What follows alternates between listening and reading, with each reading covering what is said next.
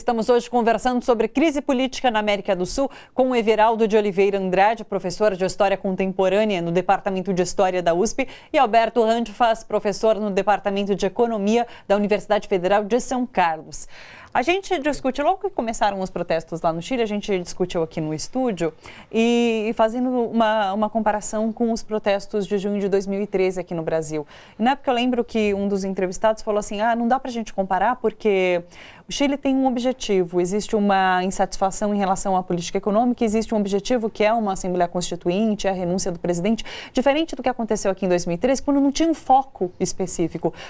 Vocês enxergam dessa maneira também? Vocês enxergam algo como está acontecendo no Chile, acontecendo aqui no Brasil nesse momento? Eu acho que é uma boa questão essa. E dá para desenvolver bastante. Eu acho que existe claro que manifestações populares espontâneas, nos dois casos, num determinado momento, setores organizados, tradicionais, sindicatos, tentaram começar a participar no Chile, os sindicatos estão participando, não começou com os sindicatos, Sim. Mas os sindicatos deram apoio e se envolveram, mas as manifestações eram espontâneas. No Brasil, como havia o governo Dilma, a direita, que há muito tempo não conseguia ganhar as eleições, se aproveitou e tentou manipular. Mas eu acho que é um erro caracterizar as manifestações de 2013 como manifestações da direita. Elas eram manifestações, era expressão de uma certa insatisfação popular com questões seculares aqui do Brasil, de muito tempo, que nunca foram resolvidas. Não é? Então, por melhor que tenha sido avanços que ocorreram nos governos Lula e Dilma na educação, a educação pública, de um modo geral, ainda não era, não é até hoje, enfim, não houve uma reforma profunda, não houve reformas profundas. Então, a mesma coisa, transporte público, que é muito ruim, continuou sendo muito ruim, e assim por diante. Então, havia uma insatisfação. Sim. Né? Em 2013. No Chile, é claro que a situação é muito pior, porque os ataques vêm de longe e eles tampouco foram resolvidos pelos governos de centro-esquerda, não é? Inclusive o da Bachelet, a Sim. última. Não é? Não houve uma reversão, por exemplo, no sistema de pensões, no sistema de aposentadoria. Houve uma tentativa de reversão da situação da gratuidade do ensino. Né? Houve uma mudança na lei, mas não houve, por exemplo, na saúde, os serviços públicos de um modo geral, e assim por diante. Ou seja, aquelas medidas que foram tomadas na época do Pinochet se mantêm. Agora, tem uma outra questão importante aqui, que o Everaldo acho que havia mencionado, e eu quero retomar. No Chile foi levantado a questão de uma nova Constituição, portanto, Sim. de uma Assembleia Nacional Constituinte, porque a Constituição que eles têm lá é a mesma do Pinochet. Então, as instituições que existem lá, além das regras, não são só as leis, uma lei específica que você pode mudar no Congresso, né, com um governo um pouco... Não, as instituições e as regras são as mesmas da época antidemocráticas, o papel do exército, o papel das polícias, etc., o papel do judiciário, são as mesmas da época do Pinochet. É a herança do Pinochet, a herança maldita do Pinochet. Não é? E os governos, mesmo os governos de centro-esquerda, não ousaram mudar isso. Nesse sentido, há também uma similaridade com as manifestações de 2013. Eu não sei se você se lembra, as manifestações de 2013 elas não eram exatamente contra a Dilma. Houve uma tentativa de ocupar, da juventude que estava lá em Brasília, por exemplo, tentaram ocupar o Congresso Nacional.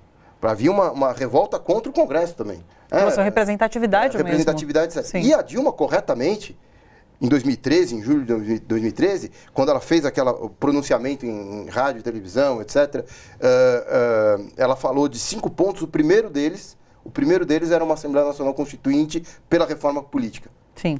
Não é? O Temer, à noite, não é? Boicotou. Ele fez uma reunião com os líderes, etc., e forçou a Dilma a retirar essa proposta. Mas isso é uma bandeira histórica do PT, que o PT tinha desde os anos 90.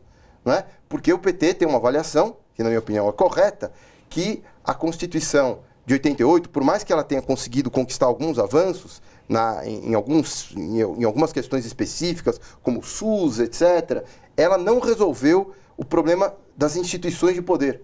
O judiciário que existe, a forma como funciona o judiciário, a forma como são eleitos os parlamentares no Congresso, não é? O Senado, etc., o poder econômico nas eleições, não é? O financiamento privado, multibilionário, etc. Os meios de comunicação, o papel da mídia, o monopólio da mídia, tudo isso, nada disso foi alterado da época da ditadura para a Constituição de 88.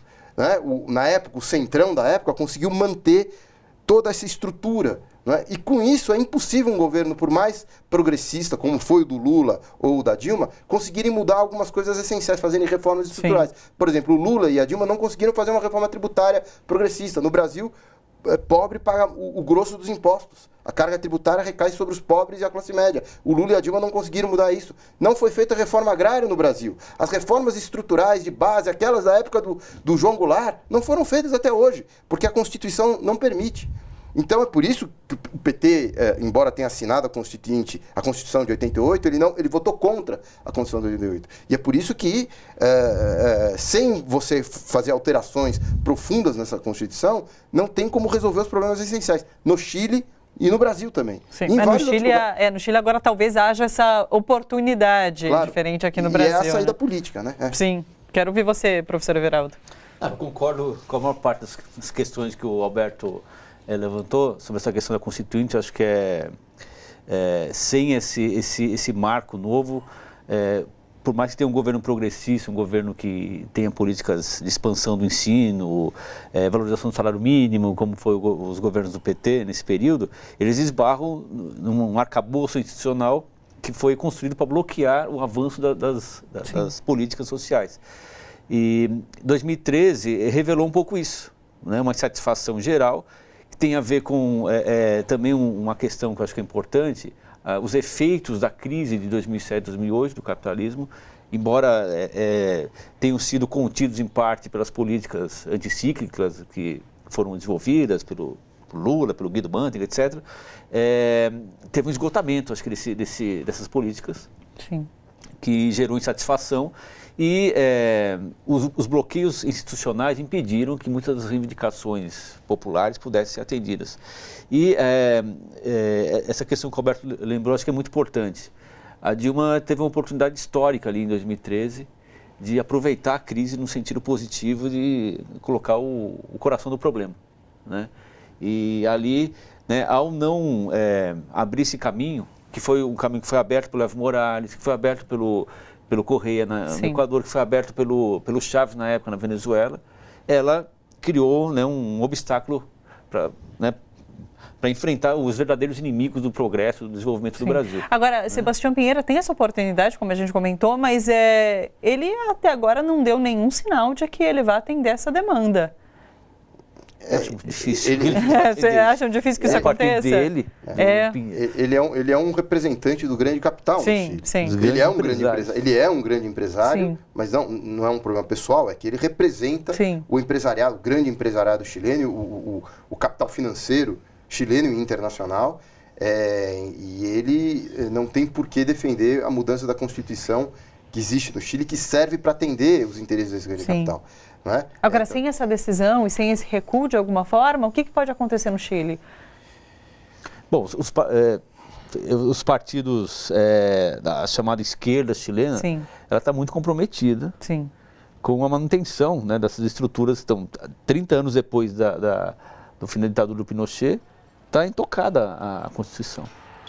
E a concertação, né, ela, de alguma maneira, ela fez essa transição, tentou fazer essa transição sem tocar nas questões centrais. Sim. Né? Então eu acho muito difícil que por ali possa sair uma alternativa. Agora, os movimentos populares, as organizações, aquela mobilização contra a forma como é feita a aposentadoria, do sistema da Previdência, sim, ali tem uma organização forte dos sindicatos também, que está criando alternativas. Né? Então isso passa, acho que essa alternativa que busca a Constituição, uma nova Constituição, ela passa muito mais pela organização política dessas mobilizações que nasceram das ruas, do que por um caminho institucional com os antigos partidos. Aliás, é isso o caminho que o Pinheira vem tentando fazer, tentando atrair esses partidos para que eles ajudem ele a conter as mobilizações. No, sim, terreno em que eles conseguem dirigir o processo político, é o terreno das instituições que estão sendo dinamitadas pelas mobilizações populares. Sim. Né? Então, as mobilizações elas saíram dos 30 centavos, e agora estão questionando não só o Pinheiro, mas o conjunto das instituições que foram herdadas da ditadura e que são o arcabouço que permite que a exploração do trabalho, né, atinja níveis absurdos. Então você paga pela saúde, paga pela educação, você paga a previdência lá e depois tem um salário miserável. Sim. Todas as empresas estão privatizadas, as empresas públicas, quer dizer, você destruiu a possibilidade do povo chileno, né, ter perspectiva de progresso. E mesmo a classe média, que falam que estava indo muito bem no Chile, ela está abalada também por isso. Agora tem um setor que está indo muito bem, né? O grande empresariado, os grandes banqueiros, os investidores internacionais, isso estão indo muito bem. Aliás, era o grande exemplo. É isso que eu ia falar, porque... Essa suposta estabilidade, essa suposta virada à direita. Sim. O Chile era esse grande exemplo. Não é isso, né? Mas o Brasil continua seguindo esse caminho. O Chile é o grande exemplo... Mas não vai muito longe, eu acho. O Chile é o grande exemplo de desigualdade social, né? Dos países da OCDE. O Chile é um país da OCDE. O Chile é o campeão de desigualdade social, né? A renda está concentrada na mão de... algumas centenas de famílias. Uma porcentagem ainda menor do que aqui no Brasil. Não é menor do que aqui no Brasil, porque aí também é covardia. Mas o Brasil tem piorado nos últimos 5 anos, piorou muito o coeficiente de Gini, os índices que medem a concentração da renda, né, pioraram muito, tinha melhorado um pouco durante o Lula e Dilma, agora voltou a piorar significativamente desde o golpe. Desde 2015 para cá, piorou significativamente. O Chile é quase tão ruim quanto o Brasil. Sim. Mas o Chile foi muito melhor do que o Brasil. O Chile nos anos 60, 1950, 1960, assim como a Argentina, de certa forma, eram países que se assemelhavam do ponto de vista da distribuição da renda com algum país europeu. Sim. Né? E foi piorou muito com o Pinochet. E não reverteu depois do fim do regime militar no Chile. Sim. Né? Enfim, a crise faz essa situação ficar mais reveladora ainda. Né? Agora, puxando o gancho da Argentina que você mencionou, o que vocês esperam, então, agora com a eleição de um governo mais progressista ali no país, mas num país bastante economicamente quebrado nesse momento? O que vocês esperam desse governo? Bom, o governo é um novo governo peronista. Sim. Né? No caso da Argentina... precisa ver até que ponto o governo dos dois Fernandes ali, né, eles vão realmente ter políticas econômicas que não acatem, como vem sendo acatado, todas as imposições que o FMI vem tradicionalmente impondo nos países da América Latina. Porque o Macri, ele acreditou que através dos ajustes impostos pelo FMI, que são algo recorrente, infelizmente, na história recente da economia argentina, ele pudesse abrir um caminho de desenvolvimento, de organização, de atração de investidores externos. Então, o governo da Cristina e do Fernandes, ele não é exatamente um governo de esquerda. Aqui se fala muito que é um governo de esquerda, a esquerda voltou. Não é exatamente esquerda, né? É o que tem, assim, para conter, acho que, o neoliberalismo mais brutal do Macri. Mas é um governo que pode ter políticas progressistas, mas nem sempre, porque o peronismo tem uma ala direita também dentro dele, então vai depender das negociações também dentro desse governo, do pacto interno que esse grande movimento que é o peronismo vai realizar. Sim. Né? Agora a expectativa que eu tenho, acho que de quem é de esquerda ou progressista, é que ele seja um governo que defenda a soberania nacional da Argentina, seja um governo que sinalize a ampliação das políticas sociais, etc., defesa dos direitos dos trabalhadores, né? E isso enfureceu, né, o nosso presidente. Sim, né? sim. Quer dizer, mas porque pode significar, de alguma forma, um caminho após o esgotamento dessa política neoliberal? Isso para a América do Sul inteira? Eu acho que o que ocorre na Argentina e, de alguma forma, na Bolívia, com a eleição do Morales, e na Argentina, com a eleição do Fernandes e da Cristina, são expressões no terreno eleitoral, não é? Desse grande movimento que tem ocorrido na América Latina, no Chile, no Equador, no Haiti e fora da América Latina, desde o ano passado na França com os coletes amarelos, no Líbano, como a gente falou, no Iraque, na Argélia, etc. São movimentos de rebelião contra essas políticas assim chamadas neoliberais. Né? Eu acho que, claro que é num terreno eleitoral na Argentina. E como o Everaldo falou, na Argentina não tem, como nós temos aqui no Brasil, partidos ligados à classe trabalhadora. O peronismo não é exatamente isso. Não é? O peronismo é algo como era o getulismo, não é? Aqui no Brasil, o PTB, o antigo PTB, etc. Claro, tem uma inserção popular, tem algum tipo de inserção, mas não é um partido ligado aos sindicatos, aos movimentos da classe trabalhadora, etc., como nós temos aqui no Brasil, que é o PT, ou até outros partidos menores que o PT, o PSOL, o PCdoB, etc., que são partidos que têm inserção, sobretudo o PT, né, nos movimentos sociais. O peronismo é diferente, mas na ausência de um partido desse tipo, os trabalhadores e o povo e a população se agarrou na candidatura e expressou a sua insatisfação às políticas do Macri, né? Embora com contradições, porque o Fernandes, como o Everaldo disse, ele foi ministro do Menem. O Menem era um peronista de direita, que aplicou as políticas do FMI, que aplicou as políticas, não é, de privatizações, etc., etc. Ele reatou com a ala esquerda, mais recentemente com a ala esquerda, com os Kirchners. Sim. Né? Então, espero que ele... e é claro, o movimento, a luta, o movimento dos trabalhadores, os movimentos populares podem levar o governo a fazer coisas bem mais à esquerda, até mesmo do que eles mesmos imaginam. Então, eu espero que esse movimento seja um movimento amplo na Argentina e que acompanhe as mobilizações em geral. Tem uma coisa que eu queria falar também, o que está acontecendo na Argentina, no Chile, no Equador, etc., desmonta um pouco uma tese que circula ainda aí de uma onda conservadora, que é uma construção que não explica nada, né? Porque o que a gente está vendo é que existe mobilização, existe povo se levantando, derrubando, questionando governos e políticas que estão destruindo a possibilidade da população sobreviver. E é um caminho para que esses grandes grupos financeiros tentaram para recuperar a crise às custas dos nossos direitos. Né? Então, a reação em toda a América Latina, em todos esses países que a gente está discutindo aqui, tem a ver com isso. Sim.